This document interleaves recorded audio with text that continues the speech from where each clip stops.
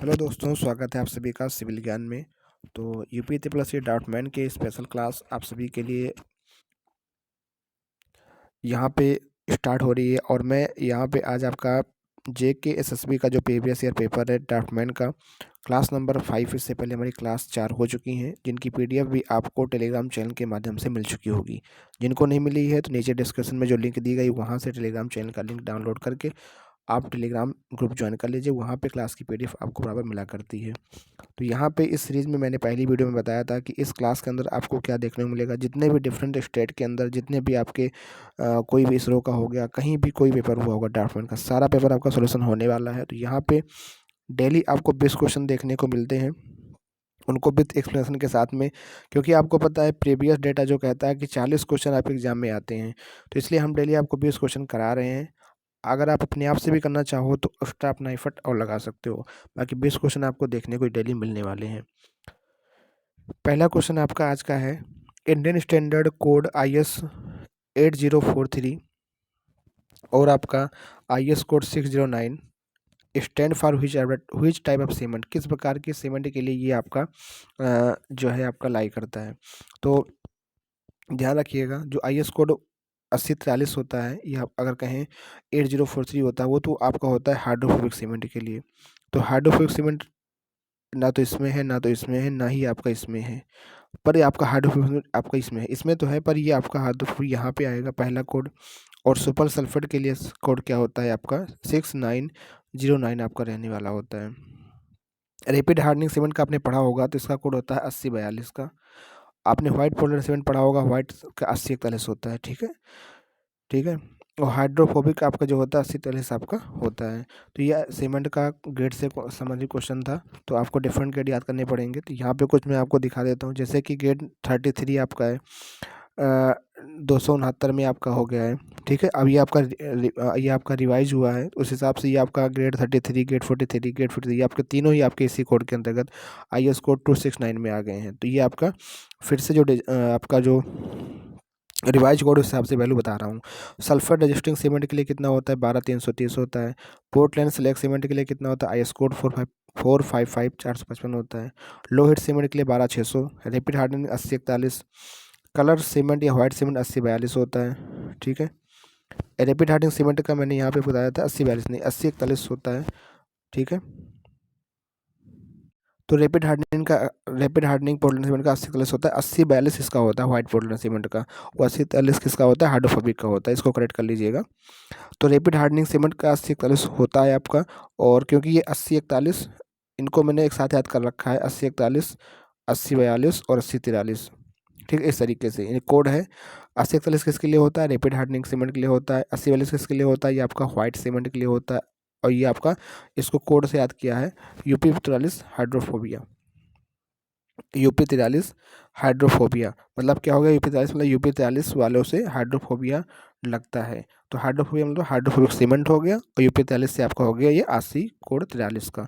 ठीक है, oil well cement का 8229 होता है। मैसोनी सीमेंट का, हाइलमा सीमेंट का 6452। तो ये कुछ इंपॉर्टेंट हैं कोड, इन सारे में से आपको एग्जाम में देखने को मिल जाएंगे। अगर कुछ कुछ आपको याद को रहता है तो आप एलिमिनेट करके भी आंसर कर सकते हो। तो क्वेश्चन नंबर 81 का जो होगा राइट आंसर आपका होगा ऑप्शन नंबर 3 आपका हो जाएगा यहाँ पे राइट आंसर। आगे बढ़ते हैं नेक्स्ट क्वेश्चन की तरफ। नेक्स्ट क्वेश्चन आपका है, which type of mechanical pencil draw construction line, dimension line and आपका सेंटर लाइन। मतलब कौन सी पेंसिल आप यूज करोगे अगर आपको कंस्ट्रक्शन लाइन ड्रा करना है, या आपको डायमेंशन लाइन बनानी है, या फिर आप सेंटर लाइन बनानी है, तो उसके लिए आप कौन सी पेंसिल यूज करोगे। तो कंस्ट्रक्शन की लाइन के लिए हम लोग यूज करते हैं 2H पेंसिल यूज करते हैं, या आपका 3H पेंसिल यूज करते हैं। आगे पढ़ लेते हैं सारी पेंसिलों के बारे में कि कौन सी पेंसिल कहाँ पे यूज होती है। तो देखिए, सिलेक्शन ऑफ पेंसिल, जो पेंसिल का हम लोग सिलेक्शन करते हैं, क्योंकि अगर आप डॉटमेंट से संबंधित चीज़ें पढ़ रहे हैं तो आपको पता है डॉटमेंट का संबंध पेंसिल से होता है, पेंसिल से ज़रूर होता है। ठीक है, तो आप पेंसिल जो यूज करोगे वो कौन सी होनी चाहिए, तो उसके बारे में आपको नॉलेज होनी चाहिए। तो 2H यहाँ पे अगर हम लोग कंस्ट्रक्शन लाइन बना रहे हैं, डायमेंशन लाइन बना रहे हैं, तो अपने अपने जब फर्स्ट ईयर में रहे होंगे आपने देखा होगा कि आपको HB पेंसिल यूज करनी पड़ती थी। ये H पेंसिल है, 2H है, 3H है। तो इस हिसाब से आप आज हम सारी पेंसिल का नाम पढ़ते हैं। पेंसिल का ग्रेड जो होता है वेरी करता है from one brand to another brand. Select the grade of pencil depending upon type of fine line work, मतलब डिपेंड करता है कि लाइन वर्क कैसा है। अगर आप कंस्ट्रक्शन लाइन बना रहे हो तो यू कैन चूज 2H या 3H। For lettering and object line बना रहे हो उसके लिए आपको एच पेंसिल यूज करना पड़ेगा। इन जनरल हम लोग HB एंड 2H का यूज कर लेते हैं। एच मतलब मीडियम हार्ड, HB मतलब मीडियम सॉफ्ट, 2H मतलब हार्ड। तो यहाँ आप देखोगे यहाँ पे जो है पेंसिल का क्लासिफिकेशन इस तरीके से किया गया है। यहाँ पे आपकी जो सॉफ्ट ग्रेड में आती है पेंसिल वो है आपका 2B, 3B, 4B, 5B, 6B, 7B, ये सब आपकी सॉफ्ट ग्रेड में आती है। जितने भी आपका 9H, 8H जैसे से एच बढ़ता जाएगा वो हार्ड की तरफ बढ़ेगा। 7H, 6H, 5H, 4H ये आपकी हार्ड ग्रेड में होती हैं। मीडियम ग्रेड में कौन, B से HB, FH, 2H, 3H। तो इसको आप लोग नोट डाउन कर लीजिएगा, ये मीडियम ग्रेड की पेंसिल है, ये आपकी हार्ड ग्रेड की पेंसिल है, ये आपकी सॉफ्ट ग्रेड की पेंसिल है। ठीक है, तो medium grade of H and 2H are use for general line work. अगर जनरल कोई आपको लाइन वर्क बनानी है तो आपको H एंड 2H का यूज करते हैं, as well as for lettering के लिए भी यूज कर लेते हैं। हार्डर ग्रेड की जो लीड होती है produce lighter and thinner line, मतलब बहुत ज़्यादा हल्की और थिनर लाइन देती है। Most construction line work is done with 4H, 5H, 6H pencil lead producing thin but also sufficiently dark by exerting pressure. Depending upon the individual touch and the style of writing the right pencil may be selected. ठीक है, pencil in the drawing office standard pencil and semi automatic pencil are made use. Pencil lead are made of graphite, जो pencil का lead होता है वो आपको graphite का बना होता है, with kaolin clay of varying proportion to get the desired grade. More the kaolin higher the hardness. Pencil is selected engineering drawing on the basic of the grade of the pencil पे depend करता है। ये सारी बातें आपके pencil से संबंधित थी, तो आपको इसका स्क्रीनशॉट ले लेना है ताकि पेंसिल से संबंधित अगर क्वेश्चन आपके एग्जाम पे बने तो आप जरूर कर पाओ। ठीक है, अगला क्वेश्चन आपका रहने वाला है, what is the formula of the length of the scale. Scale के लिए फार्मूला ऑफ द लेंथ क्या होता है, तो आपका जो फार्मूला होता है length of the scale equal to बात करें तो आपका होता है RF into maximum length required to be measured. RF into maximum length required to be measured, यह होता है आपका लेंथ ऑफ द स्केल का फार्मूला, जो भी आपका रिप्रेजेंटेटिव फ्रैक्शन होगा। अच्छा, ये जो RF होता है, RF जिसको हम लोग कहते हैं रिप्रेजेंटेटिव फ्रैक्शन, जो कि आप मैप डिस्टेंस होती है और डिवाइड बाई आपका क्या होता है, ग्राउंड डिस्टेंस होता है। क्योंकि ग्राउंड में डिस्टेंस आपकी बहुत ज़्यादा होती है, मान लीजिए 12 किलोमीटर है, तो अगर आपको दिखाना होगा उसको मैप के ऊपर तो इतना दिखाना पॉसिबल नहीं हो पाएगा। इसीलिए जब काफ़ी बड़ी चीज़ हो जाती है उसको छोटा करने के लिए हम लोग RF का यूज़ करते हैं। तो अब 12 किलोमीटर को हम लोग अगर मान लीजिए कि 1 सेंटीमीटर आपका डिनोट कर रहा है 1 किलोमीटर, तो आप मैप के ऊपर आसानी से 12 सेंटीमीटर की लाइन खींच कर सकते हो, नहीं खींच सकते हो, आराम से खींच सकते हो। तो इस हिसाब से RF का यूज़ किया जाता है। ग्राउंड की डिस्टेंस बहुत ज़्यादा होती है, उसको हम लोग मैप के ऊपर लेके आते हैं, तो यहाँ पे आपका RF का यूज़ होता है। तो ये आपका होता है 4, आपका हो जाएगा यहाँ पे right answer length of scale के लिए। अगला क्वेश्चन है, which of the following is use for skinning the insulation of cable and cleaning the wire surface. आपने देखा होगा कि जो वायर आपका होता है, एक होता है उसके अंदर भी आपके 2 वायर होते हैं। तो हम लोग क्या करते हैं, ऊपर वाले वायर के जो जो भी उसकी क्लीनिंग कर देते हैं, जो भी इंसुलेबल केबल होता है उसको हम लोग स्किनिंग कर देते हैं। उसके लिए क्या यूज़ किया जाता है कि आप टेफ्टा का यूज़ करते हो, हैमर बॉल पिन यूज़ करते हो, स्क्रू ड्राइवर यूज़ करते हो, नहीं, इस सब का यूज़ नहीं होता। एक इलेक्ट्रीशियन की नाइफ होती है डबल ब्लेड की, उसके द्वारा हम लोग क्या करते हैं, उसको क्लीन करते हैं वायर को। आपने देखा होगा जब आपके घर में कभी इलेक्ट्रीशियन काम करने आता है तो उसके हाथ में एक कैंची जैसे होती है, उसी तरीके से एक नाइफ के तरीके से होता है, उसी का यूज़ करता है वो उसके वायर को। हम लोग क्या करते हैं अमूमन अपने घरों में अपने माउस से ही उसको क्या कहते हैं क्लीन कर देते हैं, पर वो इसके लिए एक स्पेशल एक आपकी इलेक्ट्रीशियन नाइफ आती है। तो हो जाएगा आपका एक आंसर राइट आंसर होगा। Porous terracotta is use for, जो भी आपका पोरस टेराकोटा होता है किस लिए यूज करते हैं, तो कंटेनर्स में यूज होता है पोरस टेराकोटा। पढ़ लेते हैं पोरस टेराकोटा होता क्या है। To prepare porous terracotta the saw dust are ground cork is added in the clay before the stage of moulding. Moulding करने से पहले जो सा डस्ट होती है, जो ग्राउंड कॉर्क होता है, उसको ऐड कर दिया जाता है किले के अंदर। When article from such kiln are burnt in a kiln, the organic particle are burnt and they have leave pore in the article. Porous terracotta is a fire proof and sound proof material. जो porous terracotta होता है वो प्रकार का fire proof होता है और आपका साउंड प्रूफ मेटेरियल होता है। It can be chisel sawn and nail easily with nail screw etc। It is light in weight but is structurally weak. ये आपका भार में तो हल्का होता है पर आपका स्ट्रक्चरली आपका वीक होता है। तो पोरस टेराकोटा हम लोग कंटेनर्स में यूज करते हैं। ऑप्शन नंबर सी आपका हो जाएगा right answer. In a repeated joint, when the number of rivets decrease from the innermost to outermost row, the joint is said to be। तो आपने देखा होगा कि जो रिपीटेड जॉइंट होता है जिसके अंदर रिवेट की संख्या डिक्रीज करती है इनर मोस्ट पार्ट से आउटर मोस्ट पार्ट की तरफ, तो उस प्रकार किस प्रकार के जॉइंट में होता है। तो आपने डायमंड रिपीटेड भी देखा होगा, चेन रिपीटेड भी देखा होगा, जिगजैग भी देखा होगा। आप सोचिए इनमें कौन सी ऐसी व्यवस्था है जिसके अंदर हम लोग जब रिवेटिंग करते हैं तो उसमें रिवेट की संख्या जो होती है इनर मोस्ट से आउटर मोस्ट की तरफ आपके रो की तरफ घटती जाती है। तो आपने ये देखा होगा डायमंड रिवेटिंग। यहाँ पे क्या होता है 3 होता है, फिर सेक्शन के जैसे इधर यहाँ 2 हो गया, फिर उसके बाद 1 हो गया, फिर ऐसे ऐसे मतलब घटती जाती है। तो किस केस में होता है वो आपका डायमंड रिवेटिंग में होता है। ऑप्शन नंबर 1 आपका जो हो जाएगा इसका करेक्ट उत्तर रहने वाला है कि डायमंड रिवेटेड में आपकी जो संख्या होती है रिवेट की वो आपके इनर मोस्ट से आउटर मोस्ट की तरफ घटती जाती है। तो ये हो जाएगा आपका राइट आंसर। अब पढ़ लेते हैं होता क्या है इसमें अंदर। The type of riveted joint you are referring to where the number of rivet decrease from the innermost to the outermost row is generally called it is generally called a diamond riveted joint. This term is used to describe a specific pattern of riveting where the rivet are arranged in diamond pattern with fewer rivet in the outer row than in the central or the innermost row। तो आपने देखा कि इसमें होता है इस व्यवस्थीकरण में क्या होता है जो रिवेट की संख्या होती है पहले तो ज़्यादा होती है उसके बाद धीरे धीरे धीरे आपकी कम होती जाती है। अब यहाँ पे हम लोग चेन रिवेटिंग भी देख लेते हैं। चेन रिवेटिंग में क्या होता है एक ही रो में आपके ऐसे रिवेट लगे होते हैं, आप देख लीजिए यहाँ पे ऐसे रिवेट लगे होते हैं, ठीक है। फिर आपका जिगजैग में क्या होता है एक कोई पैटर्न नहीं फॉलो करता, एक कोई पैटर्न नहीं होता, कुछ भी कहीं भी आपका रिवेट लगा करके जिगजैग पैटर्न बना दिया जाता है। तो ये आपने देखा चेन रिवेटिंग में इस तरह व्यवस्था होती है, ये आपका जिगजैग रिवेटिंग होता है। फिर यहाँ पे आपका डायमंड रिवेटेड होता है। तो इस क्वेश्चन का क्या हो जाएगा ऑप्शन नंबर 1 आपका राइट आंसर रहने वाला है। आगे बढ़ते हैं। अगला question in which type of the foundation the length of considerably greater than it. किस प्रकार के फाउंडेशन में आपकी जो लेंथ होती है उसके विड्थ के अकॉर्डिंग बहुत ज़्यादा होती है। तो आपने देखा होगा राफ्ट फाउंडेशन तो ऐसा कुछ होता नहीं, पाइल फाउंडेशन में भी नहीं होता, फुटिंग आपकी नहीं होती। आपकी स्टिफ फाउंडेशन में क्या होता है इसकी जो लेंथ होती है क्या होती है काफ़ी ज़्यादा होती है इसकी लेंथ एज कम्पेयर टू इसकी विड्थ की। तो L more greater than B, तो स्टिफ फाउंडेशन हो जाएगा राइट आंसर यहाँ पे आपका। अगला क्वेश्चन है which one of the following method of taking out quantities is most commonly use in India. India के अंदर कोई अगर क्वांटिटीज़ को अगर मेजरमेंट करना या है तो उसके लिए कौन सा मेथड यूज किया जाता है। आपने देखा होगा PWD मेथड हम लोग कहते हैं, ठीक है। तो यही आपका जनरली यूज किया जाता है PWD method. In India most commonly use method for taking out quantities particular civil engineering work के अंदर आपका अगर कंस्ट्रक्शन आप कर रहे हो तो PWD मेथड यूज किया जाता है। PWD मतलब होता है क्या पब्लिक वर्क डिपार्टमेंट। PWD मतलब होता है पब्लिक वर्क डिपार्टमेंट।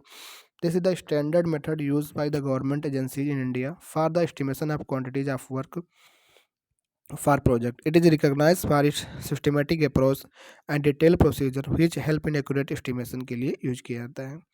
तो इस क्वेश्चन का हो जाएगा राइट आंसर आपका 4 आपका हो जाएगा यहाँ पे राइट आंसर। यहाँ पे इसका हम यहाँ पे PWD हो जाएगा। ऑप्शन नंबर 1 आपका हो जाएगा राइट आंसर। अगला क्वेश्चन है which are the following department issue eco mark. Eco mark certificate कौन सा डिपार्टमेंट इशू करता है। Bureau of Indian standard, ministry of environment, ministry of commerce, ministry of consumer affair. तो याद रखिएगा ब्यूरो ऑफ इंडियन स्टैंडर्ड जो आपका होता है वही आपके इको मार्क को सर्टिफाई करता है।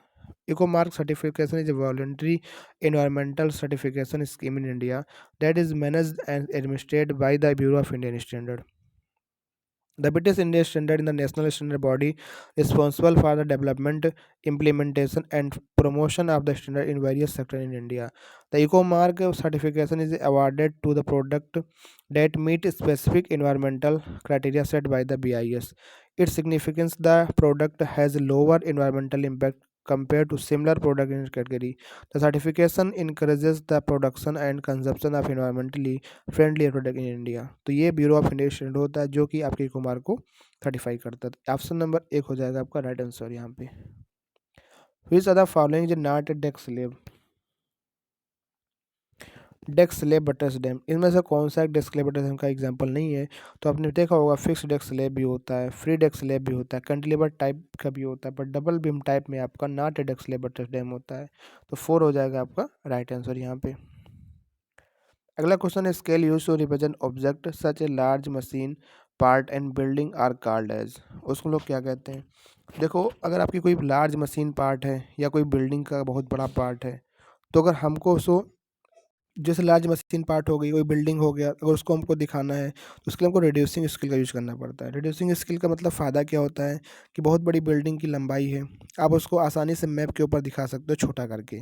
ठीक है, अगर कोई मशीन का पार्ट है बहुत बड़ा, तो उसको लार्ज मशीन पार्ट है तो हम लोग यूज़ कर सकते हैं। पर अगर कोई बहुत ज़्यादा, बहुत ही बारीक पार्ट है, उसको अगर आप इनलार्ज करना भी चाहो तो इनलार्जिंग स्केल भी यूज होता है। अभी आप आगे देखोगे रिड्यूसिंग स्केल में क्या होता है। Reducing scale is a type of scale that represent an object in a smaller size, reduce और proportion. It is commonly use when representing large object. अब जब कोई आपका लार्ज ऑब्जेक्ट हो जाए, सच ए मशीन का पार्ट है, कोई बिल्डिंग का पार्ट है, कोई इंफ्रास्ट्रक्चर है, कोई स्मॉलर ड्राइंग तो उसको अगर हमको स्मॉलर ड्राइंग प्लान पे लेके आना है तो वहाँ पे हम लोग रिड्यूसिंग स्केल यूज करते हैं। आगे आपका enlarging scale is the opposite of a reducing scale. इसका just opposite, it represent an object to structure in larger size are scale compare to actual size. It not commonly use for representing large object and smaller drawing में use किया जाता है। Substructure at the end of bridge span is called. जहाँ पे आपका bridge का Spain and होता है वहाँ पे जो सब स्ट्रक्चर बनाए उससे हम लोग क्या कहते हैं? उसको हम लोग कहते हैं एब्यूटमेंट। कैसे, देख लीजिए। ये कुछ आपका स्ट्रक्चर दिखाया गया है यहाँ पे बिल्डिंग का, पियर का। तो ये आपकी जो है,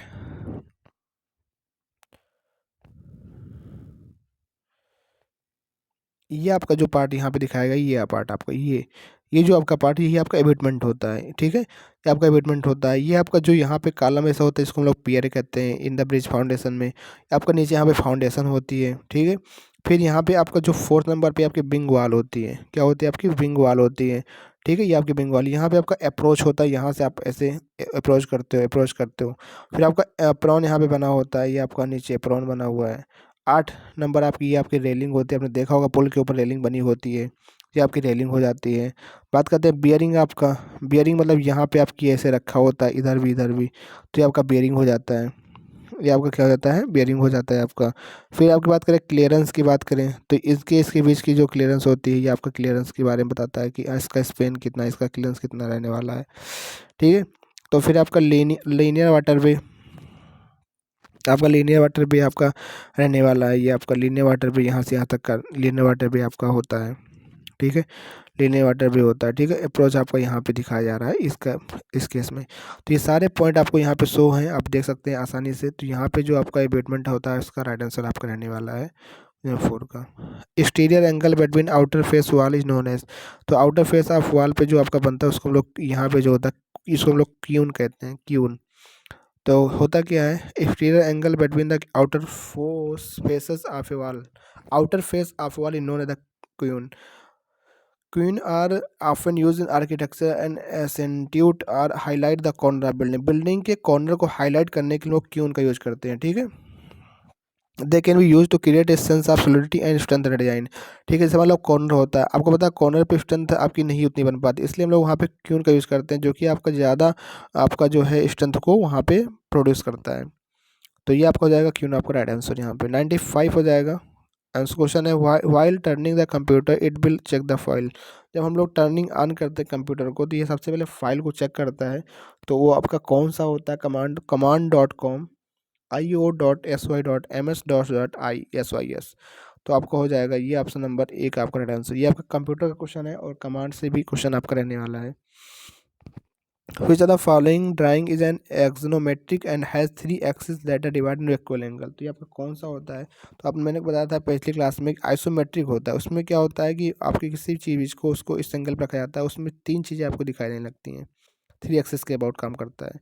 ठीक है, तो ये आपका इस तरीके से देख लीजिए। ये आपका होता है एक्स वाई और जब आपका Z plane, X Y and Z plane. ये आपका डायमेट्रिक है, डायमीटर के अलॉन्ग। फिर आपका आइसोमेट्रिक है, आपका ट्राइमेट्रिक है, यहाँ पे रहने वाला है। How many kilogram of bitumen will required for vertical dam proof an square meter. तो 1 स्क्वायर मीटर में जो आपका डैम प्रूफ लगता है, डीपीसी की अगर हम लोग करते हैं, बिटुमन की जो मात्रा लगती है वो आपको लगभग 0.3 kg लगती है। तो 10 स्क्वायर मीटर में कितनी हो जाएगी? 10 गुणे 0.3 लगभग कितना हो जाएगा? 33 kg आपका हो जाएगा। 33 kg, तो 0.33 इसमें लगता है, 0.33 लगता है, 10 गुणे 0.33 kg आपका हो जाएगा बिटमन की मात्रा। 98 है 50 degree of workability concrete medium then value of slump. अगर मीडियम वर्केबिलिटी की बात करते हैं तो वो आपकी रहने वाली 25 से 100 mm के बीच में रहती है। देख लीजिए यहाँ पे वेरी लो के लिए 25 0 से 25 होता है, लो के लिए 25 से 50 होता है, मीडियम के 50 से 100 होता है। 50 से 100 के बीच में जो होता है मीडियम वर्केबिलिटी, हाई के लिए 100 से 150, 150 से 200 आपका हाई वेरी हाई होता है। वर्केबिलिटी अगर निकालना है तो slump test, compression factor test, VB test, flow table test, Kelly ball test use किया जाता है। टू ऑब्टेन सिरेमिक या polish terracotta the article are burn at lower temperature, the first burning is known as, उसको हम लोग क्या कहते हैं, उसको हम लोग बिस्किटिंग कहते हैं। ठीक, एनेबलिंग आपने पढ़ा होगा, पोर्सलिन अलग चीज़ होता है, ग्लेजिंग भी अलग चीज़ होती है। Polish terracotta, this is also known as fine terracotta or fans. To obtain this variety of terracotta, the article is burnt at lower temperature, about 65 degrees centigrade. But this first burning is known as the biscuiting. What is the general application of line saw below? तो ये आपकी जो line show की उसको क्या कहते हैं? Cutting plane होता है, हिडन एज होता है, या फिर एक्सटेंशन होता है, फिर प्रोजेक्शन होता है। तो आपको ये आता है कटिंग प्लेन के अंतर्गत आपका ये आपका रहने वाला है। तो ये क्लास नंबर आपकी 5 थी। क्लास कैसी लगी जरूर कमेंट में बॉक्स में बताएं। क्लास की पीडीएफ आपको हमारे टेलीग्राम चैनल सिविल ज्ञान लिमिटेड पे, जो हमारे टेलीग्राम चैनल वहाँ आपको ज्वाइन कर लीजिए, उसको वहाँ पे आपको पीडीएफ मिल जाएगी। ठीक है, साथ ही साथ आप अपने आप सबसे हिंदी और GK G S UP GK पे काम करते रहे। अगर आप ड्राफ्टमैन की स्पेशल तैयारी कर रहे हैं तो उसके लिए आपको यूपी जीके पढ़ना पड़ेगा साथ ही साथ में। तो आई होप आपको क्लास अच्छी लगी होगी। मिलते हैं फिर एक नेक्स्ट वीडियो में, तब तक के लिए थैंक यू। जय हिंद, जय भारत।